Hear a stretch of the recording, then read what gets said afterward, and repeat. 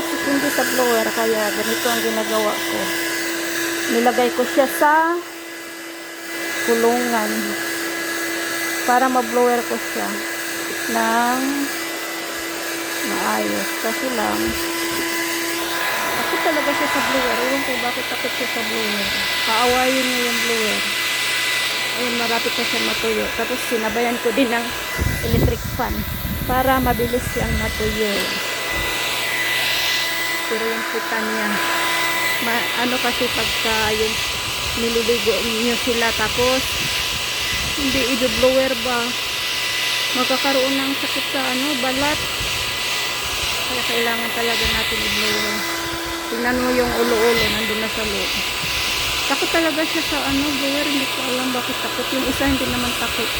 Sila ang dalawa yung nililigo ko lagi. Kasi may mga hindi kasi laging nangangati sa katawan. Kaya nililigo ko. Pero hindi naman siya every week ko nililigo. Minsan isang buwan, isang buwan, isang bisis. Minsan isang buwan hindi ko nililigo. Ganun. Pero yung isa nililigo ko talaga lagi. Mabaho kasi. Yung niya. Yung bibig niya ba? Yung laway niya, diba? Lagi silang yung panligo nila. Panglinis nila yung laway nila. Yung isa kasi, yung laway kasi ay pag naglilinis siya, yung laway niya umano sa mga balahibo. Kaya mangangamoy yung niya, balahibo niya. Kaya yun. Nagliligo siya every week. Pero hindi naman talaga yung pusa. Yung apat, hindi ko nililigo. Yun kasi nga, okay naman. Ito si Cindy kasi yung niya, yung balat niya may naangapit siya pag hindi nililigo. Kaya nililigo siya. Isang buwan, isang bisis, minsan wala.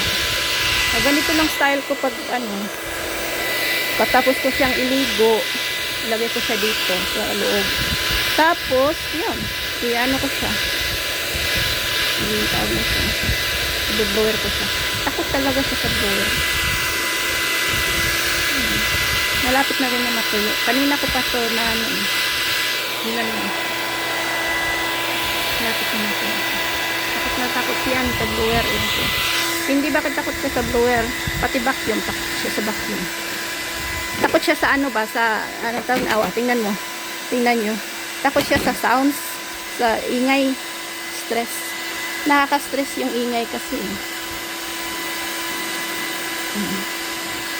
Ayan. Nilagay ko siya sa kulungan. Ito yung kulungan na ginagamit pag nagpapacheck up. Nilagay ko yan. Matutuyo din naman. Pero yun nga lang, matagal. Yun lang. Natuyo na siya. Labor.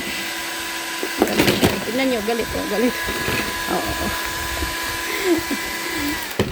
Halala.